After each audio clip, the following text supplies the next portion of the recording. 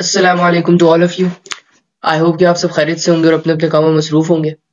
This is Waleed Ahmed Khan and आज की video में हम लोग सीखने वाले हैं, जैसे कि आप लोगों को पता होगा, प्रोग्रामिंग लैंग्वेजेस के बारे में। तो स्टार्ट करते हैं। प्रोग्रामिंग लैंग्वेजेस होती क्या है? सबसे पहले हम लोग बात करते हैं, सिंपल वर्ड को ब्रेक करते हैं। लैंग्वेज क्या होती है? लैंग्वेज हमारे पास एक मोड है, कम्युनिकेशन का जरिया है, जिसके ज़रिए हम लोग किसी से अपनी फीलिंग्स का इज़हार कर सकते हैं या अपने कोई बात उसका इज़हार कर सकते हैं, उसके साथ कम्युनिकेट कर सकते हैं किसी बंदे के साथ। अभी आप मेरी वीडियो देख रहे हैं, मैं आपके साथ उर्दू में बात कर रहा हूँ, तो मेरी लैंग्वेज जैसे अभी हम लोग हमारा बात करने का ज़रिया एक-दूसरे को हमारी फीलिंग्स या एक्सप्रेस करने का ज़रिया हमारा उर्दू है अभी फ़िलहाल। तो ये लैंग्वेज हमारे पास उर्दू हो गई। मज़ीद हमारे पास लैंग्वेजेज़ आ जाती हैं, इंग्लिश, पंजाबी, स्पेनिश, ये सारी जितनी भी लैंग्वेजेज़ हैं, ये हमारे ह्यूमन्स के आपस में डिफरेंट डिफरेंट कंट्रीज़ में डिफरेंट लैंग्वेजेज़ यूज़ होती हैं। कोई ऐसी बड़ी मीटिंग्स वगैरह हो रही हो और एक बंदे की अलग है और किसी की अलग है, तो फिर वहाँ पर लैंग्वेज ट्रांसलेटर्स का यूज़ किया जाता है ताकि लैंग्वेजेस को ट्रांसलेट किया जा सके। अब यहाँ पे हम लोग बात करते हैं कि प्रोग्रामिंग लैंग्वेज क्या होती है। अब हमें ये बात तो पता है, अगर हम लोग इंसान आपस में बात कर रहे हैं तो हम लोग इसी जिस तरह मैंने अभी लैंग्वेजेस बताई तो हम लोग उसमें जिक्र करेंगे एक दूसरे से।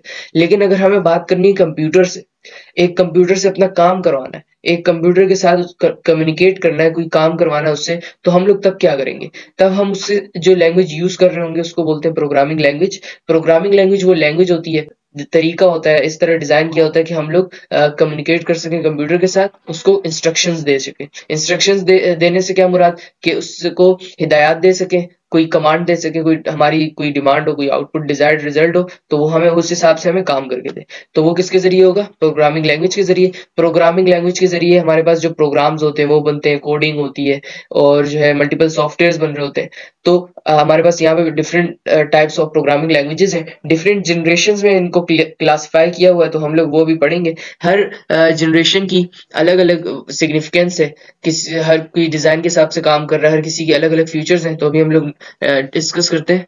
फर्स्ट है हमारे पास first generation language, that is also called machine language. ये 1940 से 1950s के दरमियान में, जब कंप्यूटर बनने के बाद जो सबसे पहली लैंग्वेज थी कंप्यूटर के साथ, फर्स्ट डिजिटल कंप्यूटर के साथ बात करने का जो जरिया था, या हम लोग ये बोले कि वो लैंग्वेज जो सबसे पहले कंप्यूटर समझता था, तो वो थी मशीन लैंग्वेज। मशीन लैंग्वेज क्या होती है? Binary language. बाइनरी लैंग्वेज का क्या मतलब? जो बाइनरी डिजिट्स होते हैं, 0 और 1। कंप्यूटर मतलब क्या समझेगा? मैं कंप्यूटर को अगर मुझे कमांड देना है ना, ये फर्स्ट जनरेशन के अंदर 1GL के अंदर मशीन लैंग्वेज में, मैं क्या बोलूंगा?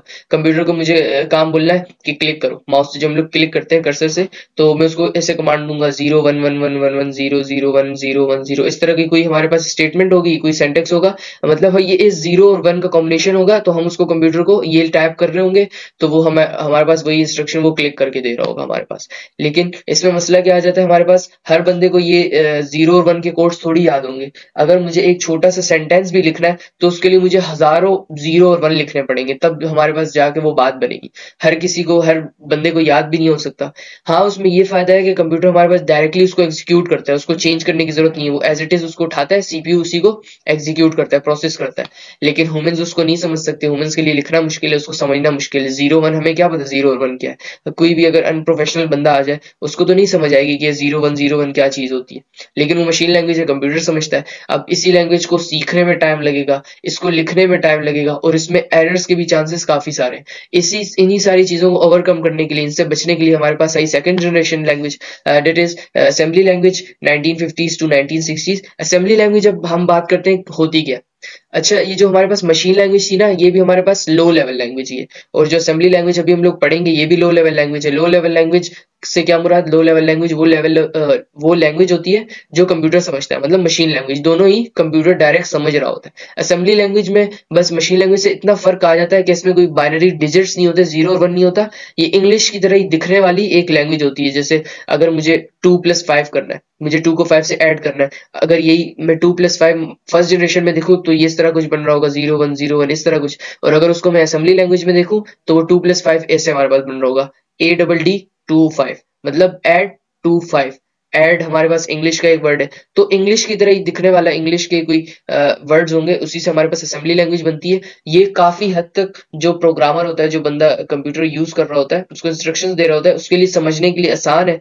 कोई भी अनप्रोफेशनल बंदा आसानी से इसको यूज कर सकता है, बट स्टिल ये भी एक लो लेवल लैंग्वेज है, काफी टाइम लेती है। अब अगर हम लोग बात करें असेंबली लैंग्वेज, कौन ट्रांसलेट करता है मशीन लैंग्वेज में, क्योंकि असेंबली भी हमारे पास लो लेवल लैंग्वेज तो है, लेकिन अक्सर लोग इसको ऐसे कंसीडर करते हैं कि हाई लेवल लैंग्वेज और लो के दरमियान में आता है।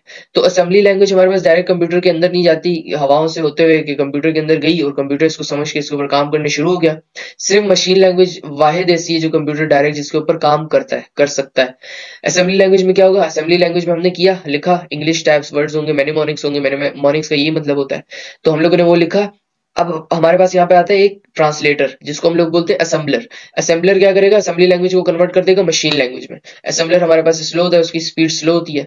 तो इस प्रॉब्लम को ओवरकम करने के लिए हमारे पास थर्ड जनरेशन आई। अब थर्ड जनरेशन में हमारे पास आ जाती है high level languages. High level languages से क्या मतलब है, जो हमारे पास जितनी भी प्रोग्रामिंग लैंग्वेजेस हैं, जैसे सी हो गया, पास्कल हो गया, या सी हैश, कोबोल, जावा, ये सारी चीजें जो है हमारे पास थर्ड जनरेशन लैंग्वेज के अंदर आ जाती हैं। अब ये जितनी भी लैंग्वेजेस है ना, इन हर लैंग्वेज का एक अलग सेंटेक्स होगा, हर लैंग्वेज के अंदर प्रोग्राम को लिखने का एक अलग तरीका होगा, हर किसी की अलग अलग खासियत होगी। लेकिन इन सब ये जो थर्ड जनरेशन लैंग्वेज है इसके फीचर्स ये हैं, ये एक बेटर रीडेबिलिटी देता है।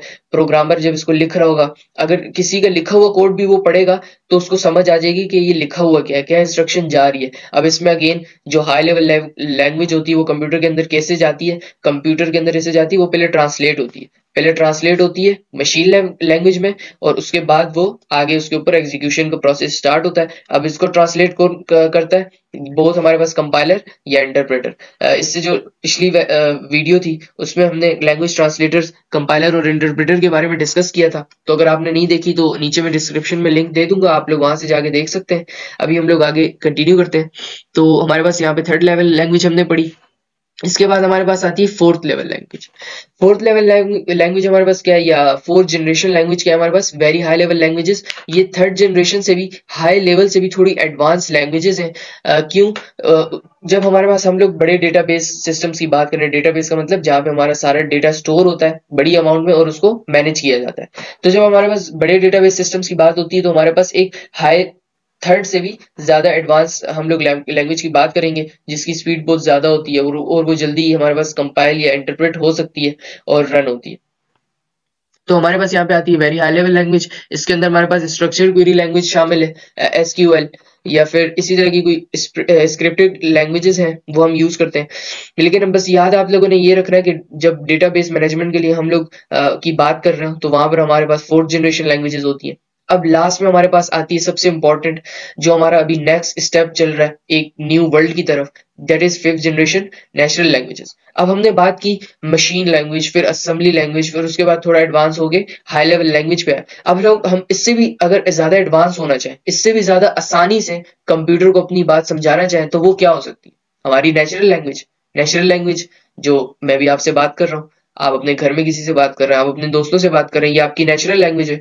आप अगर कोई एक बंदा स्पीच दे रहा है, कोई इलेक्शन का कोई बंदा है, कोई वोट मांग रहा है, वो स्पीच दे रहा है, कोई और हमारे पास पॉलिटिशियन है, तो ये जो स्पीच है ये डायरेक्ट जब कंप्यूटर समझेगा तो वो हमारी नेचुरल लैंग्वेज है। तो ये हमारे पास फिफ्थ जनरेशन के अंदर आती है। अब जैसे हमारे पास एआई आ गया, अभी हमारे पास एआई चल रहा है, आर्टिफिशियल इंटेलिजेंस। ये होता क्या है, जब हम लोग कंप्यूटर को इस काबिल बना देते हैं कि वो खुद से सीखे, चीजों का जवाब दे, क्वेश्चन कर सके, अपने आप को मोर कैपेबिलिटी उसकी हो, तो ये हमारे पास एआई कर रहा है। तो एआई में यही तो होता है, हम लोग अपनी नेशनल लैंग्वेज में कंप्यूटर से बात करते हैं, वो और वो हमें हमारी लैंग्वेज में हमें बात बताता है या हमारे पास काम करके देता है। अगर मैं मेरे पास कोई कंप्यूटर है, मैं उसको कमांड दूं कि भाई मुझे चाय बना के दे दो, वो मुझे, मैं उसको इसी तरह जिस तरह ह्यूमन स्पीच होती है अपनी नेशनल लैंग्वेज में उसको कमांड दूं, इंस्ट्रक्शन दूं और वो उसी को काम करे। खैर अब वो एक एक्सटर्नल केस आ जाता है कि उस कंप्यूटर के पास ये हार्डवेयर होना चाहिए, वो एक फिजिकल सिस्टम होना चाहिए जिसको हम रोबोटिक्स बोलते हैं, तो वो हमारे पास आगे काम करेगा, मेरे लिए चाय बनाएगा। अब इसमें हमारे पास एआई मैंने बात कर ली है, सबसे मेन हमारे पास नेशनल लैंग्वेजेस के अंदर आ रही होती है। दूसरा हमारे पास प्रोलॉग और मरकरी, ये लैंग्वेजेस भी फिफ्थ जनरेशन के अंदर आती हैं। तो आज का टॉपिक यही खत्म करते हैं। अगर आपको आज कुछ नया सीखने को मिला हो और समझ आई हो तो वीडियो को लाइक कीजिएगा। Stay connected till our next video, तब तक के लिए अल्लाह हाफिज।